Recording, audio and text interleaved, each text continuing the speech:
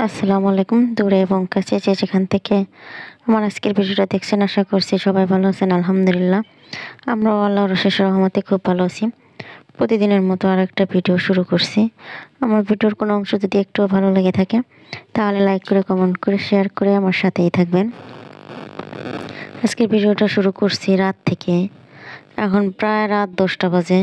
তো ইচ্ছা হলো নারকেলের পিঠা খাওয়ার জন্য বাচ্চাদের। তো এখন নারকেল ভেঙে ফেলছিলাম, আরও আগেই বলছিল খাবে বলে। এর জন্য নারকেলটারে মানে নেড়ে চেড়ে মানে চিনি দিয়ে শিরা করে নিছি। এখন হচ্ছে গিয়ে পাকান পিঠা বানাই দিলাম, মানে নারকেল ভিতরে দিয়ে এরকম কুলি পিঠার মতো কেটে তেলে ভাজা, মানে এটা আমাদের অঞ্চলে বড় হচ্ছে গিয়ে পাকান পিঠা বা রস পাকান। আচ্ছা, যেরকম যে অঞ্চলে যা বলে পারে ঠিক সেরকমই এক এক জায়গায় এক এক রকম বলে। যাই হোক, তো এত ভালো করে তৈরি করতে পারিনি, কারণ হচ্ছে গিয়ে অনেক শীত। তো যেমন তেমন করে করে ফেলছি, মানে না হইলে হয় না তাই। তো ঘরের 3-4 জন লোক আছি আমরা, ছেলে মেয়ে ভাই বোন মিলে আমরাই খাবো, কোনো মেহমান অতীত নেই। এই জন্য আর অত সুন্দর করে করতে হবে বিষয়টা এরকম না, যেমন পারি সেমনই ভালো, সমস্যা নেই কোনো। আর এই যে হচ্ছে গিয়ে পরের দিন সকালবেলা, এতটাই শীত, সকাল তো না, এখন প্রায় 11টার বেশি বাজে। তো কালকে যে পিঠাগুলো তৈরি করছিলাম ওইটা হচ্ছে গিয়ে সকাল সকাল খেয়ে নিছিলাম সবাই, কম কম করে, মানে 2টা একটা করে খেয়ে চা খেয়ে নিছি, ব্যাস অতটুকুই। আর এখন 11টা বেজে গেছে, সকাল দুপুর দুটোটাই রান্না করতেছি। তো মাংস কষিয়ে নিতেছি, মাংসটা কেটে কুটে ফ্রিজ থেকে বের করলে এখন হচ্ছে গিয়ে মাংসটা যে বরফটা ছুটতেও অনেকটা সময় লাগে। এর জন্য হচ্ছে গিয়ে লেট হয়েছে, আর নয় হয়তো অনেক আগেই রান্নাটা হয়ে যেত। তো মাংসটা কেটে কুটে সব মই মশলা বেটে এখন রান্নাটা মানে চাপাই দিছি। 11টা, সাড়ে 11টা বেজে গেছে। সমস্যা নেই, সকাল আর দুপুর একসাথে খাওয়াটা হয়ে যাবে। যেহেতু শীত, এত বারে বারে খাওয়ার দরকার নেই, দিনও ছোট। এই চিন্তা ভাবনা করে হচ্ছে গিয়ে 2 বেলার রান্না 1 বেলা করে নিতেছি। রাতে হয়তো কোনো ভর্তা টর্তা বানাই নিব, এই উদ্দেশ্য করছি। দেখা গেল ভাত রান্না করলাম, সিদ্ধ ভর্তা টর্তা দিলে সিদ্ধ ভাত বা কোনো হালকা পাতলা একটা পিঠা টিঠা। রাতের বেলায় অত ভারী খাবার না খাওয়াটাই ভালো, কারণ শীতের দিন বারে বারে উঠতেও ইচ্ছা হয় না, একবার ঘুমাইলে তো ঘুমাই থাকতে ইচ্ছা করে। আর বিশেষ করে শীতের রাতে আমাদের বাড়ির তেমন কেউ ভাত খায় না, খুব কম। যাই হোক, বিরিয়ানি রান্না করবো। বিরিয়ানি রান্না করার জন্য হচ্ছে গিয়ে মাংসটারে সুন্দরভাবে আমি কষাই নিতেছি। ঘরে মা আছে, ছেলে মেয়ে, মানে 4-5 জন আছি আমরা। তো তার জন্য 1 কেজি পরিমাণ চাল আর 1.5 কেজি পরিমাণ মাংস আমি ছোট ছোট টুকরা করে কেটে নিছি। আর ছোট ছোট টুকরা করে বিরিয়ানি রান্না করলে হচ্ছে গিয়ে আমাদের ঘরের মানুষ খুব পছন্দ করে। আর এই যে এই মুরগিটা বড় বড় পিস করলে এর ভিতরে কোনো মশলা টশলা ঢোকে না, আর এত বেশি মজাও হয় না, আমার কাছেও মজা লাগে না। এর জন্য হচ্ছে গিয়ে আমি ছোট ছোট পিস করে নেই। এর আগে আমি হচ্ছে গিয়ে একদিনে বিরিয়ানি রান্না করছিলাম এরকম ছোট ছোট পিস করে, তাতে অনেক কথা হয়েছে।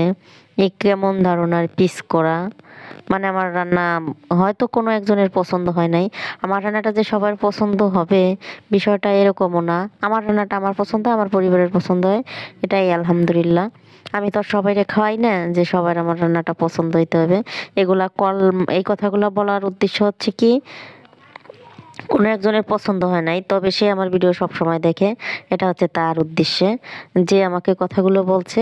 আর আমি যে কথাগুলো বলছি একমাত্র সেই বুঝবে, তাছাড়া আপনারা কেউ বুঝবেন না। তো মনে কিছু করবেন না, একজনের উদ্দেশ্যেই বলা হয়েছে। যাই হোক, তো চাউলটাও ধুয়ে রাখছিলাম অনেক আগে। মাংসটা কষায় মাংসটা আর তুলি নেই, ওই মাংসর ভিতরেই হচ্ছে গিয়ে চাউলটা দিয়ে দিছি। আমি যে মুরগিটা দিয়ে রান্না করছি এটা হচ্ছে গিয়ে লাল মুরগি, লেয়ারের মুরগি যেটা বলে, অনেক শক্ত এই মুরগিটা। এই মুরগিটা মানে উঠাইয়া রাখার মতো না, পোলট্রি মুরগির মাংস হলে উঠাই রাখতাম। আর এই মাংসটা চাউলের সাথে কষাইলেও সমস্যা নেই, মানে গলে যাবে বা ভেঙে যাবে এরকম কোনো ভয় নেই, মাংসগুলো আলামি থাকবে।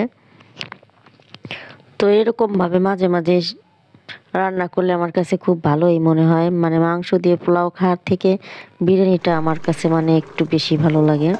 আমার কাছে না, ঘরের সবার কাছেই এইভাবে মানে ভালো লাগে, ওরাও সবাই পছন্দ করে।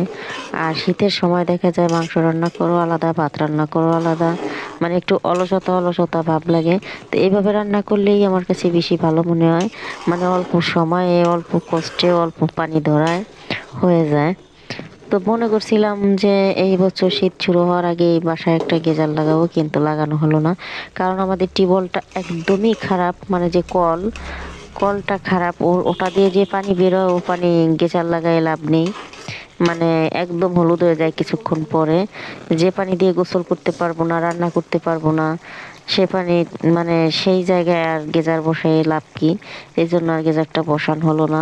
চেষ্টা করতেছি যদি ভালো একটা টিউবওয়েল দিতে পারি তাহলে হচ্ছে গিয়ে গেজার লাগাবো ইনশাল্লাহ, যদি পারি। তো আমার রান্নাটা প্রায় কাছাই আসছে, হয়ে যাওয়ার পথেই। চুলাটা আমি এখনো বন্ধ করিনি, হালকা হালকা একটু একটু পানি আছে মনে হইতেছে তলে, একদম ছোট করে দিয়ে রাখছি। এখন হচ্ছে নেড়ে চেড়ে 5 মিনিটের মতো দমে বসিয়ে রাখবো। তাহলে হচ্ছে গিয়ে এই যে যে গরমটা আছে, এই গরমের ভাপেই চাউলটা যতটুকু কম আছে অতটুকু সিদ্ধ হয়ে যাবে ইনশাল্লাহ। হয়ে গেছে এক পর্যায়ে, শুধু একটু দমে থাকলেই হয়ে যাবে। তো এরকম সহজ খাবার আপনারা কে কে পছন্দ করেন আমার মতো? একদম সহজ খাবার, খাইতেও ভালো লাগে, রান্না করতে খুবই সহজ কিন্তু খেতে খুব ভালো লাগে। বাচ্চারা মানে তৃপ্তি সহকারে খায়। আমার খুবই ভালো লাগে বাচ্চারা যখন আনন্দ ফুর্তি করে যে কোনো জিনিস, অল্প ভালো হোক মন্দ হোক, ওরা যখন খুশি হয়ে খায় আমার ভীষণ ভালো লাগে। আর ওরা যেটা পছন্দ করে আমি সব সময় সেটা করারই চেষ্টা করি। তো আপনারা সবাই ভালো থাকবেন, সুস্থ থাকবেন। আমার ভিডিওটা এখানেই শেষ করছি। আল্লাহ হাফেজ।